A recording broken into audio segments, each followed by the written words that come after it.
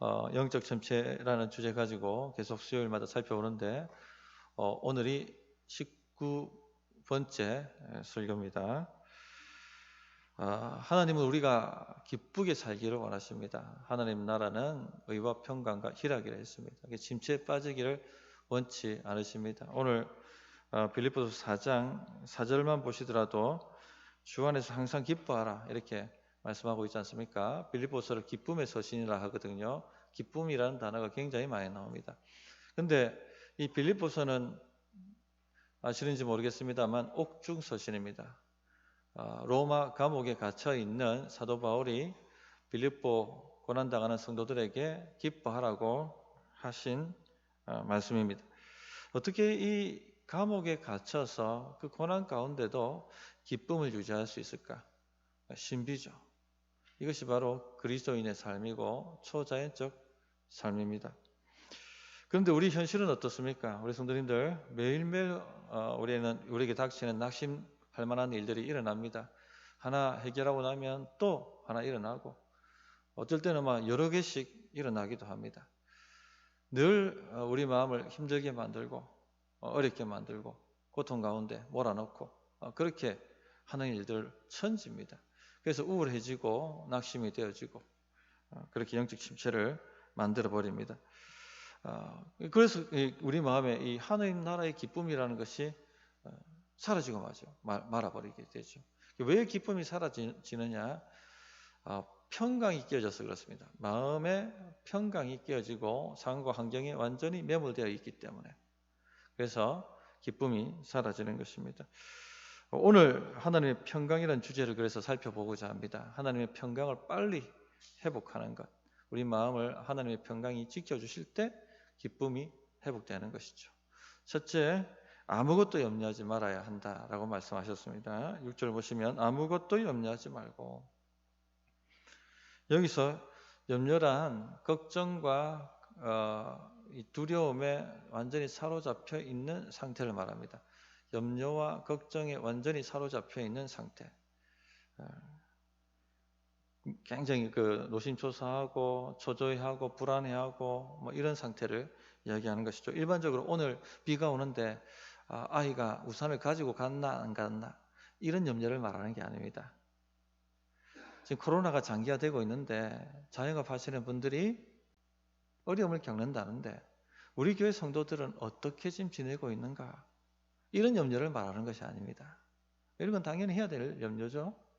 대책도 세워야 되고 함께 기도도 해줘야 되고.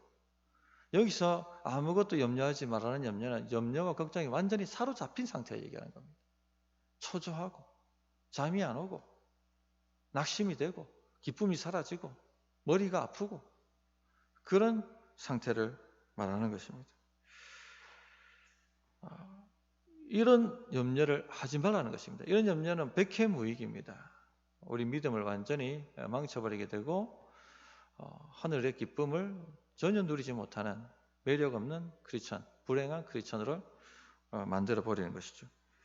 자, 걱정과 염려의 원인이 마음과 생각에 있습니다. 마음과 생각이 하나님을 바라보는 것이 아니라 변화되어지는 상황과 환경을 바라보면서 걱정과 염려를 생산해냅니다. 그래서 7절 보시면 그리하면 모든 지각에 뛰어난 하나님의 평강이 그리스도 예수 안에서 너희 마음과 생각을 지키시리라 이렇게 말씀하셨죠.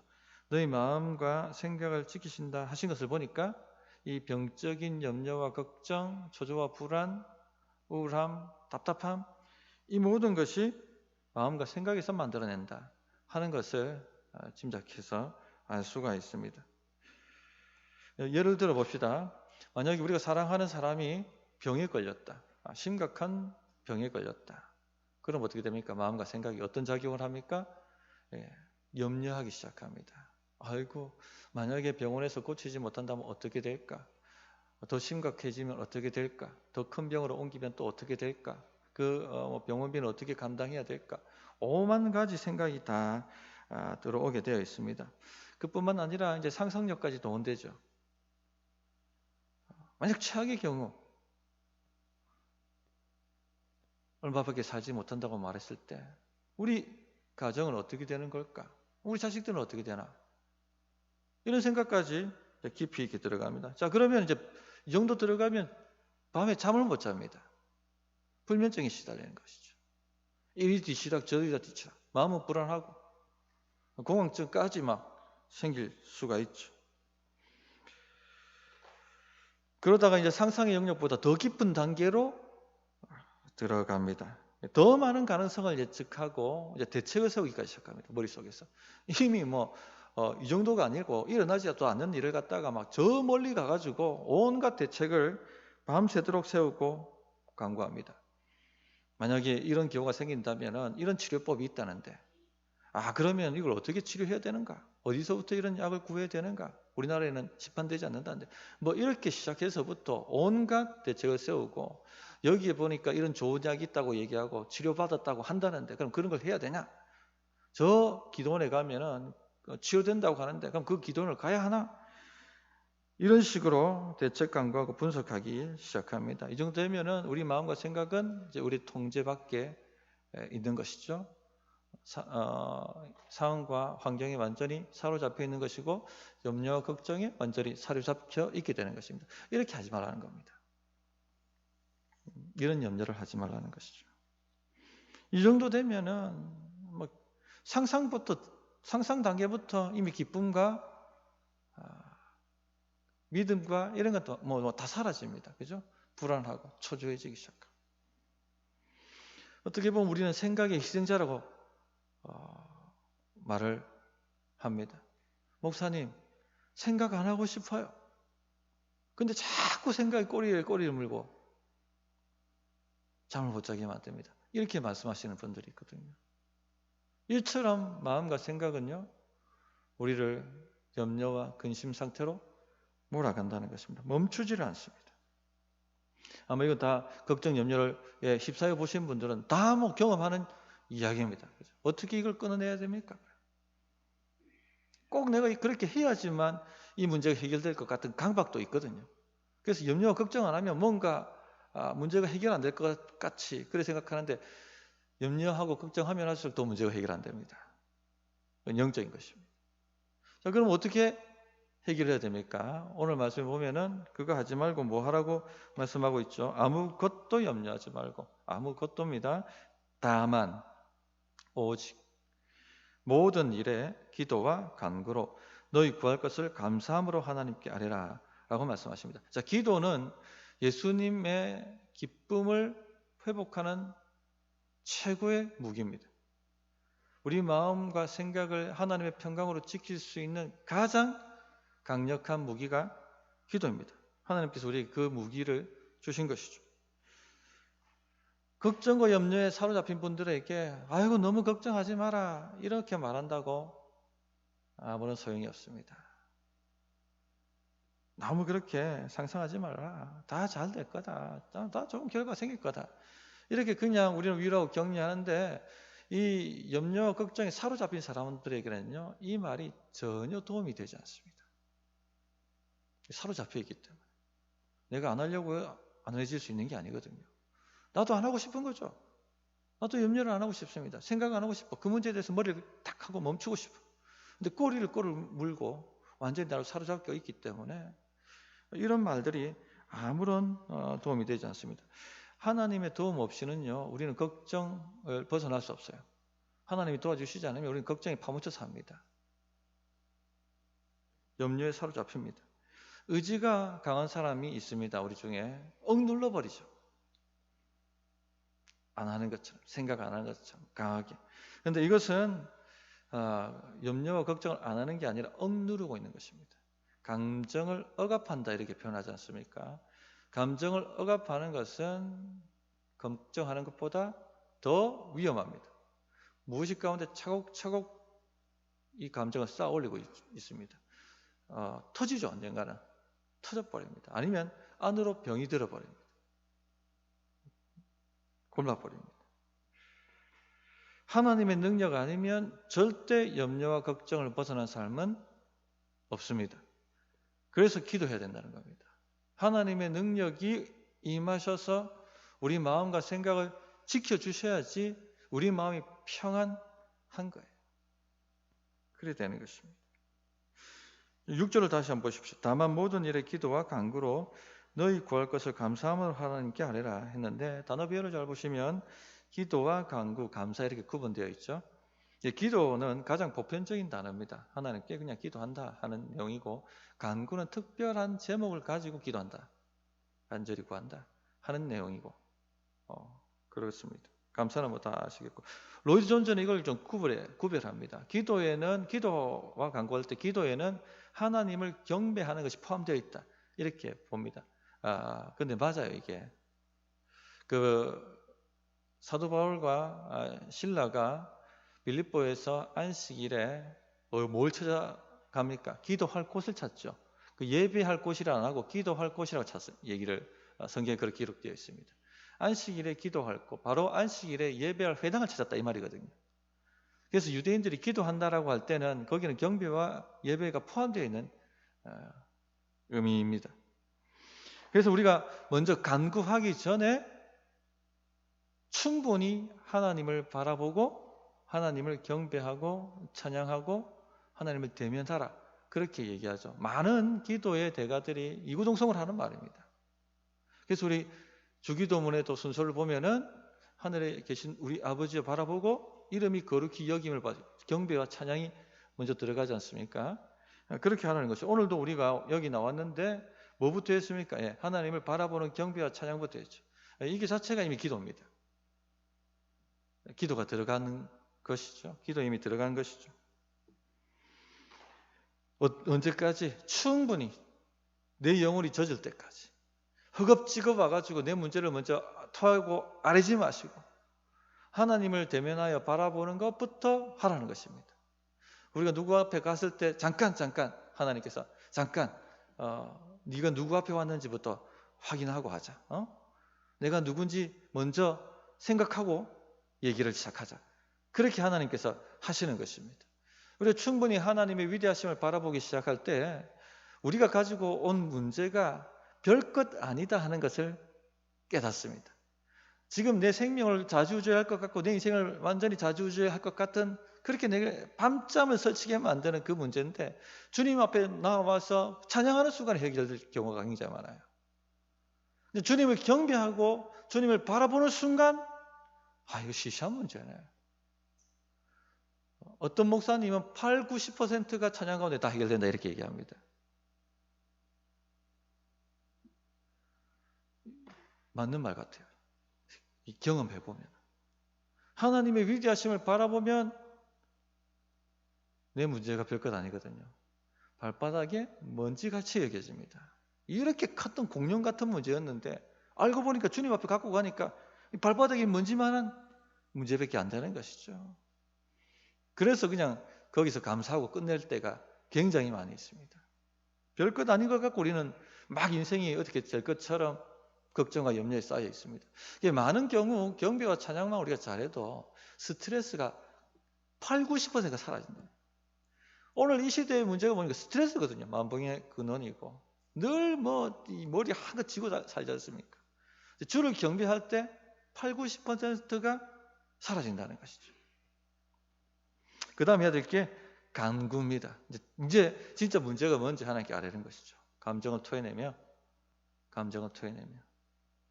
하나님, 이 문제가 있습니다. 그리고 다음 단계가 감사입니다. 감사. 이 감사가 정말 중요하다고 로이드 존슨가 말합니다. 우리가 걱정에 또 염려에 사로잡혀 있을 때 가장 하지 않을 수 있는 게 감사거든요. 원망할 수 있거든요. 원망하면서 기도하면 어떻게 마음과 생각이 하나님의 평강으로 지켜지겠습니까? 지켜질 수가 없어요. 이미 문제에 파묻혀 있기 때문에. 문제에 파묻혀서 문제를 바라보고 하나님께 넋두리하고 있기 때문에 마음과 생각은 여전히 걱정과 염려에 사로잡혀 있는 것입니다. 그래서 팀 켈러 같은 분은 기도 잘못하면 더 큰 문제 생긴다, 이래 얘기를 해요. 문제를 바라보면서 막 넋두리 기도하면 더 완전히 이 문제에 사로잡혀서 걱정, 염려에 사로잡혀서 불신에 빠져버릴 수 있다는 얘기입니다. 그렇게 될 수가 있어요. 그래서 우리가 감사를 해야 됩니다. 감사 기도를 해야죠. 뒷북 감사가 아니라 앞북 감사하죠. 앞에 먼저 믿음으로 적극적으로 의도적으로 감사를 하면서 기도하십시오. 감사함으로 깨어있으라 하지 않습니까? 기도에 감사함으로 깨어있으라. 주일날 제가 말씀드렸는데 저에게 위기 탈출 말씀이 로마서 8장 32절입니다. 강력한 말씀이에요. 어떤 문제든지 이 말씀 갖다 대면은 별것 아니고 시시한 문제가 다 되어버립니다. 자기 아들을 아끼지 아니하시고 우리 모든 사람을 위하여 내주시니까 어찌 그 아들과 함께 모든 것을 은혜로 주시지 않겠느냐. 은혜로 주시지 않겠느냐. 공로도 아니고 은혜로 값없이 공짜로 주시지 않겠느냐. 대단한 말씀이죠. 하나님의 아들까지 나를 위해서 내놓으셨는데 뭐가 하나님께서 아끼시고 감추시겠는가. 하나님 아버지, 지금 해결해야 될 문제가 산더미 같습니다. 이게 심각한 문제입니다. 저를 힘들게 만들고 제 인생을 좌지우지할 것 같은 문제입니다. 그러나 지옥불에서 나를 건져내셨는데 하나님의 아들까지 아끼지 않고 내어주셨는데 이 문제에도 하나님께서 아끼시겠습니까? 이렇게 딱 생각하면 감사가 나옵니다. 할렐루야. 주님, 이 문제도 돌파구가 있군요. 주님, 이 문제도 간섭하시는군요. 주님, 이 문제도 해결해 주시는군요. 이런 감사가 나오는 것입니다. 또 지금 내가 너무나 힘들고 어려운 문제에 빠져 있다면 예전에 나를 건지신 하나님을 기억해 보시라는 겁니다. 우리가 다 이런 여러 가지 문제들을 씨름하면서 지나왔거든요. 그 궤적을 추적해 보면 정말 죽을 것 같았는데 나를 살려줬던 경험들이 다 있을 겁니다. 한 번은. 그때도 나를 건지셨는데 당연히 지금도 나를 건지시고 앞으로도 건지시지 않겠느냐. 사도 바울이 아시아에서 큰 환난 당한 다음에 하나님만 의지해야 된다는 그 깨달음을 얻고 나와서 하는 말씀이 뭡니까? 과거에도 나를 건지셨고 지금도 나를 건지셨고 앞으로도 나를 건지실 것을 내가 바라노라. 이 감사가 나오는 겁니다. 그래서 기도를 하면 염려와 걱정에서 해방되는 겁니다. 하나님의 평강이 우리 마음과 생각을 지켜주시는 것이죠. 아무리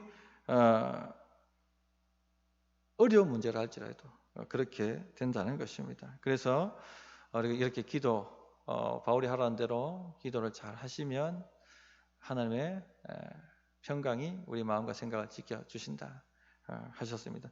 약속일 뿐만 아니라 그렇게 실제로 되는 것을 경험하실 수가 있습니다. 모든 일을 하나님께 아뢰라. 그러면 다 없애주겠다. 문제가 다시는 생기지 않게 하겠다. 두려운 일이 일어나지 않도록 만들겠다. 그렇게 약속하시지 않았습니다. 그걸 기대하지 마십시오. 지켜주신다 했어요. 일이 생기든 안 생기든 마음과 생각을 지켜주신다고 약속을 하셨습니다. 기도하면 기분이 나아질 것이다. 기도하고 주님을 바라보면 좀 잊을 것이다. 그 문제에 대해서. 그 말씀하고 계신 게 아닙니다. 기도하면 상황이 역전될 것이다. 바뀔 것이다. 지금 그 말씀하고 있는 것도 아니죠. 물론 기도하면 상황이 역전될 수 있습니다. 홍해가 갈라질 수 있고 사절굴에서 나올 수가 있습니다. 물론 그런 일은 일어납니다. 기도하는 가운데. 그러나 지금 여기서 주님이 약속하신 것은 상황이 악화되든지 상황이 어떻게 되든지 너의 마음과 생각은 하나님의 평강으로 요지부동 흔들리지 않을 것이다. 내가 사자굴에 들어가든 풀무불에 들어가든 홍해 앞에 섰든지 마음이 평온하다는 것입니다. 지각에 대한 이해할 수 없는, 세상의 머리로는 도저히 감당하고 이해할 수 없는 초자연적인 평강이 온다는 거예요. 옆에서 폭탄이 떨어지고 난리가 났는데 예수 믿는 사람 마음은 평온한 것이죠. 이 신비죠, 신비. 다 죽어간다 말하는데 평온한 것입니다. 기도할 때 이런 역사가 있다는 것이죠. 일어난다는 것입니다. 이 모든 상황을 내가 다 이해할 수 없지만 모든 상황이 암울해 보이지만 그러나 우리 하나님께서 이 모든 것을 가지고 합력하여 선을 이루게 하실 줄 내가 믿는다. 지금 내 앞에 홍해가 넘실거리고 꼭 나를 죽일 것 같은데 이 홍해가 나를 살리는 길이 될 줄 나는 믿는다. 이래 되는 것입니다. 그게 보이는 것이죠. 아무것도 염려하지 말고 무슨 일이든 상관없습니다. 우리를 힘들게 만드는 모든 문제를 가지고 주님 앞에 나올 수가 있습니다. 다 아뢰라고 하셨습니다. 우리 성도님들을 힘들게 하는 문제가 무엇이 있습니까? 가정의 문제, 우리가 항상 기도하는 거, 건강 문제, 자녀 문제, 사업의 문제, 경제 문제 다 갖고 나오십시오. 그걸 토해내십시오, 주님 앞에. 그래서 어떤 신학자는 말씀을 잘 먹는 것뿐만 아니라 배설을 잘하는 것도 중요하다 얘기하지 않습니까? 마음을 토해내십시오. 걱정과 염려의 마음을 주님 앞에 다 토해내십시오. 기도는 말을 많이 하는 게 아니고 전에도 말씀드렸습니다만 우리 마음의 감정을 토해내는 것입니다. 하나님께 아버지 아버지 하면서 그냥 한 시간 하시는 분도 있잖아요. 그게 마음을 막 토해내는 거예요. 염려와 걱정을 주님 앞에 다 내려놓는 것이죠. 다윗이 압살롬한테 쫓길 때 생명이 경갑에 달렸을 때 지었던 시편이 시편 3편입니다. 4절 6절까지 말씀 보면 내가 나의 목소리로 여호와께 부르짖으니 그의 성산에서 응답하시는도다. 내가 누워 자고 깨었으니 여호와께서 나를 붙드심이로다. 천만인이 나를 애워싸 진친다 하여도 나는 두려워하지 아니하리이다. 야, 이거 목숨을 노리는 대적이 코앞에 와 있습니다.